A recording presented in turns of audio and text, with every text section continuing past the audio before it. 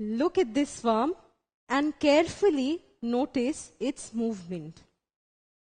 See, the body of this worm is continuously contracting, relaxing, again contracting and relaxing, and this process continues, and this facilitates the movement of the worm.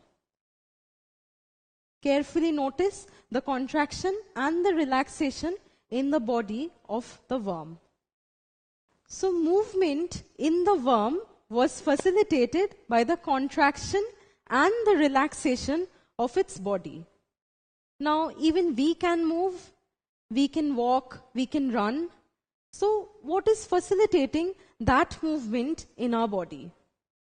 Well, we have a special tissue in our body known as muscle tissue, contraction and relaxation of which facilitates the movement.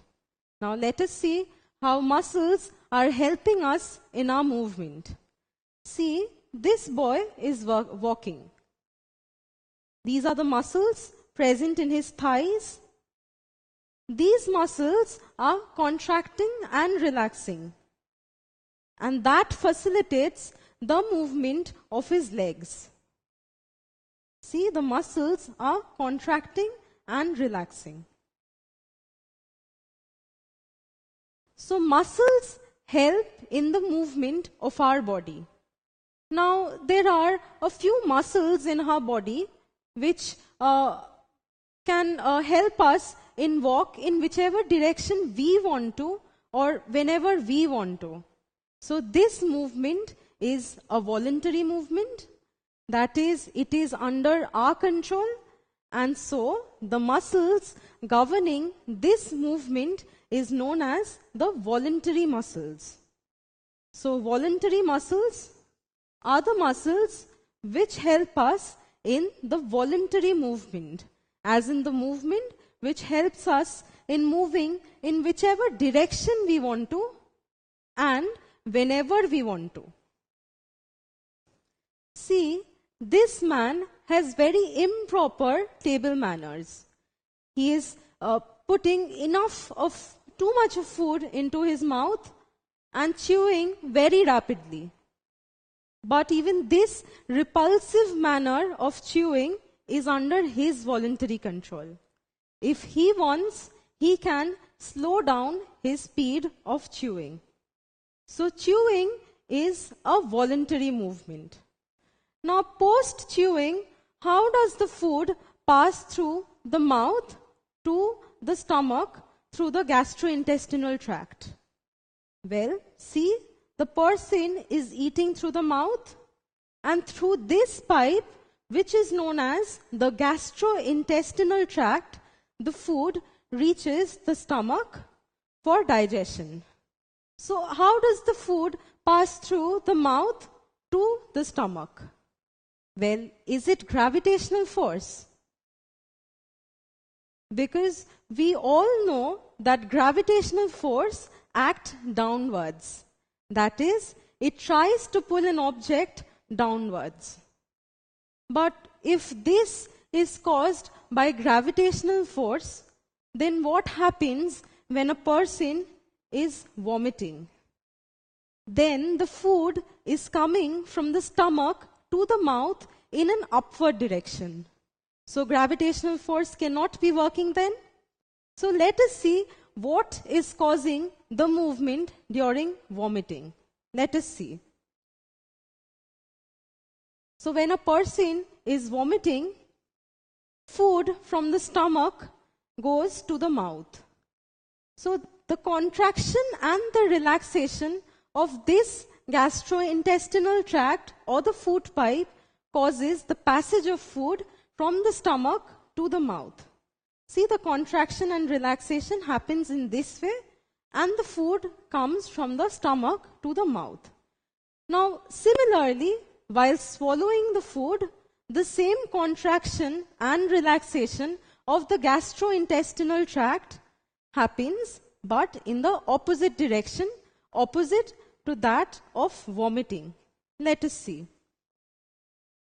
See, when a person is swallowing food from the mouth to the stomach, it reaches.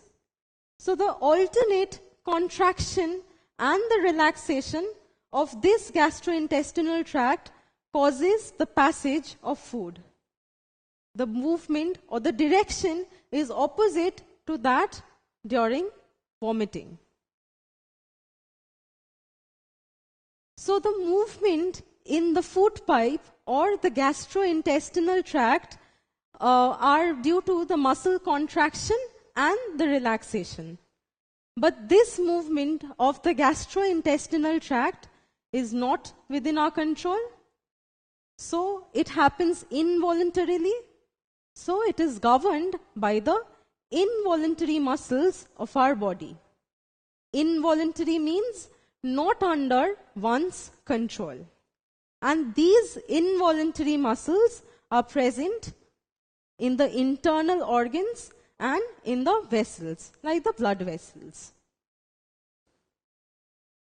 Now, why does a person become red in the face when he becomes angry? Well, this is because there are blood vessels under our skin. And these blood vessels have muscles on their walls.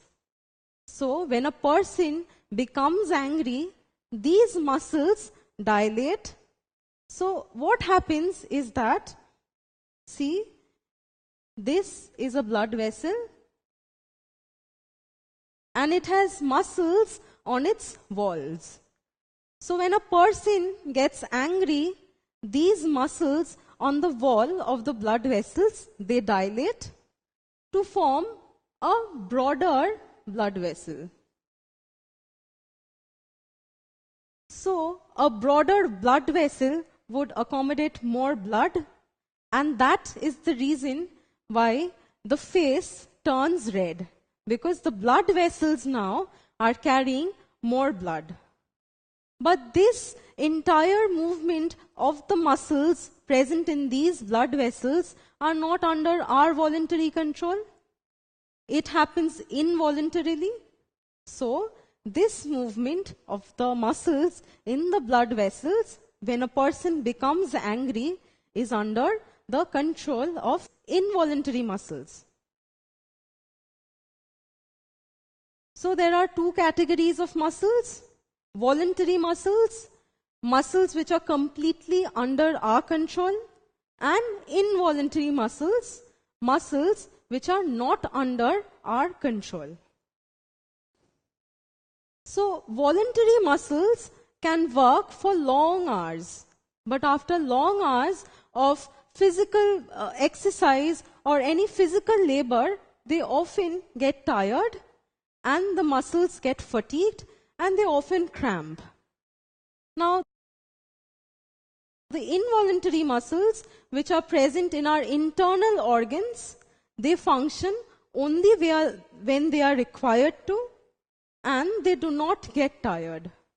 So, involuntary muscles, they function whenever they are required to, so that they do not have a prolonged activity and they do not get tired, unlike the voluntary muscles which can work for long hours but get fatigued and cramped.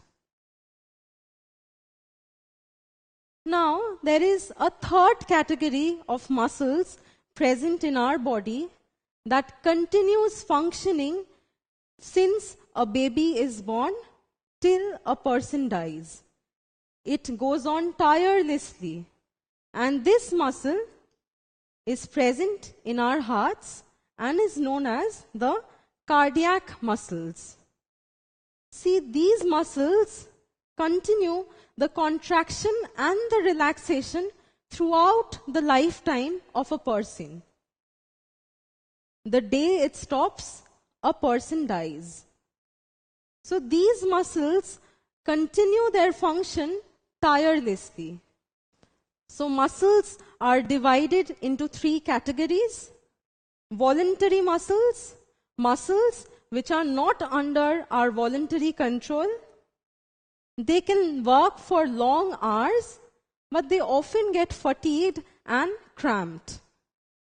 Involuntary muscles, muscles which are not under our control, they work only for short periods of time, only when their functions are required, and they do not get tired.